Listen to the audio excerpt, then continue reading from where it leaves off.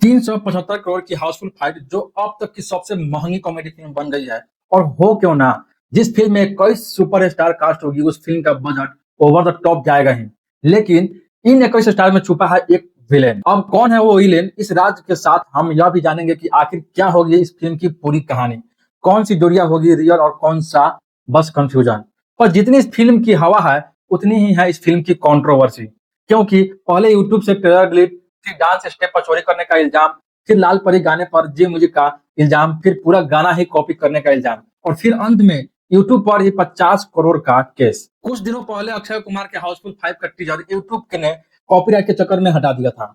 अब क्या है यह पूरा माजरा, आइए समझते हैं। सबसे पहले अगर कास्ट की बात करें तो फिल्म में ही है 3 हीरो और उनकी 3 हीरोइंस। लेकिन प्रॉब्लम यह है कि कौन सा हीरो किस हीरोइन के साथ है यह पता पाना नामुमकिन है।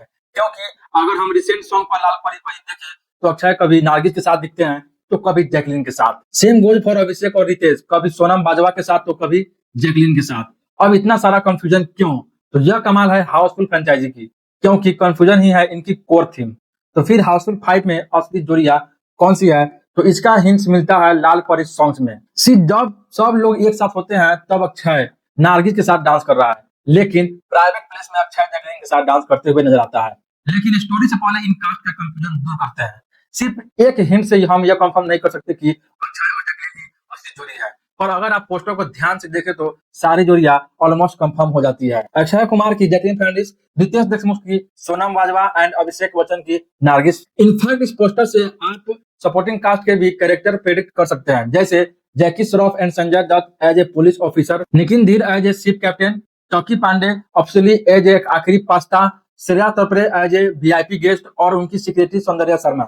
उसके बाद Johnny Lever as a part of ship crew और रंजीत इन हीरोइंस के फादर। लेकिन हम बात करें डिनो मोरिया और चित्रंगना सिंह की तो यह एक कास्टिंग गेस करना थोड़ा मुश्किल है, या फिर यह भी पब्लिसिटी हो सकती है कि ये दोनों अक्षय कुमार के फैमिली मेंबर्स हैं। और अब बात करें तो इन अंकल की, तो ये वही अंकल है जिनकी वजह से ये पूरी कहानी में मिस्ट्री क्रिएट होती है। और अब जब मिस्ट्री क्रिएट हो ही गई तो विलेन तो होगा ही, और इसी से आता है सबसे बड़ा सवाल, आखिर विलेन है कौन? अगर हम सोशल मीडिया की बात करें तो इंटरनेट पर लोगों का एक स्ट्रॉन्ग बिलीव है कि विलेन नाना पाटेकर है।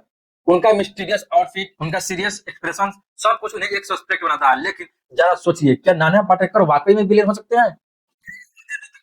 हैकर्स उन्हें ऐसे जानबूझकर सबके डिफरेंट फ्रंट आउटफिट देते हैं। देखा जाए तो हर सस्पेंस फिल्म में ऐसे एक सीरियस कैरेक्टर जानबूझ के ड्रामेटिक दिखाया जाता है ताकि ऑडियंस का ध्यान सिर्फ उन पर जाए और असली विलेन छुपा ही रहे। सो इस थ्योरी के हिसाब से नाना पाटेकर मास्क मैन कहना गलत है। इनफैक्ट उनके लुक की बात करें तो हमें हाउसफुल 2 के जेडी यानी जगह डाकू की याद आती है। वैसे इंटरेस्टिंग फैक्ट यह भी है कि गाना के साथ एक और रोल अनिल कपूर को अप्रोच किया था, लेकिन पेमेंट इशू की वजह से अनिल कपूर यह फिल्म साइन नहीं कर पाए। उसके बाद फिल्म मेकर ने अनिल कपूर के कैरेक्टर को थोड़ा सा बदला, स्क्रिप्ट में थोड़ा बहुत चेंज किया और वो रोल अर्जुन को ऑफर हुआ। लेकिन बिजी शेड्यूल के चलते अर्जुन भी इस फिल्म का हिस्सा नहीं बन पाए और तब जाकर आए फरदीन खान। आईएमडीबी के हिसाब से Fardeen Khan as a match play कर रहे हैं, जो कि पहले जॉन इब्राहिम कर रहे थे। तो यह भी पॉसिबिलिटी हो सकती है कि जॉन ही मास्क मैन हो, क्योंकि वह हाउसफुल फ्रेंचाइजी का भी हिस्सा भी रहे हुए हैं। और वैसे भी जूम के रिसेंट इंटरव्यू में जॉन ने कहा कि उन्हें हाउसफुल और ऑफर की गई थी पर उन्हें उस ऑफर को रिजेक्ट कर दिया। सो ऐसा भी हो सकता है कि यह स्मार्ट पब्लिसिटी ट्रिक हो। और अगर आप ट्रेलर में मास्क मैन का फिजिक्स भी देखें तो उनकी बॉडी प्रॉपर और मूवमेंट से जॉन इब्राहिम पर ही शक जाता है। लेकिन हमारे हिसाब से मास्क मैन होने की सबसे ज्यादा पॉसिबिलिटी है दिनू मोरिया। सी अगर हम इस पास्ट में आए ऐसे ही मल्टी स्टार सस्पेंस फिल्म का पर नजर डाले तो एक इंटरेस्टिंग पैटर्न दिखाई देता है, क्योंकि ऐसे मूवी में विलन अक्सर कोई नॉन स्टार या अंडर स्टेटेड कैरेक्टर होता है। जैसे याद है 36 China town movie full of star से भी भरी, शाहिद कपूर, अक्षय खन्ना, जॉन लीवर, लेकिन किधर निकलते हैं हाउसकीपर। ऐसे ही एक मराठी सस्पेंस मूवी है क्लासमेट, जिसमें काफी बड़े नाम है लेकिन फाइनली ट्विस्ट में विलेन निकलते हैं अनएक्सपेक्टेड नॉन लीड फेस। इसलिए हाउसफुल 5 की मिस्ट्री को सॉल्व करने के लिए हमें स्टार कास्ट से ज्यादा शैडो कैरेक्टर पर ध्यान देना चाहिए। और इसी लॉजिक से परमानेंटली नाम सामने आया है डिनो मोरिया का। हम कैसे? तो सोचिए, डिनो मोरिया इतने सालों बाद कमबैक कर रहे हैं, तो क्या वो सिर्फ एक माइनर फैमिली मेंबर का रोल करेंगे? May be not, because comeback तभी इम्पैक्ट होता है जब कैरेक्टर पावरफुल अनएक्सपेक्टेड होता है। इसलिए शायद उनका रोल अभी तक छुपाया जा रहा है। इनफैक्ट ट्रेलर में भी उनका स्क्रीन टाइम बहुत ही कम है और सबसे खास बात, कैरेक्टर उन्हें क्लोज फ्रेंड है। तो क्या ये सब एक सेटअप है? अगर नहीं तो कौन है असली विलेन? आपको क्या लगता है, नाना पाटेकर, जॉन इब्राहिम या फिर डिनो मोरिया, या फिर आपकी थ्योरी क्या है? हमें कमेंट करके जरूर बताएं।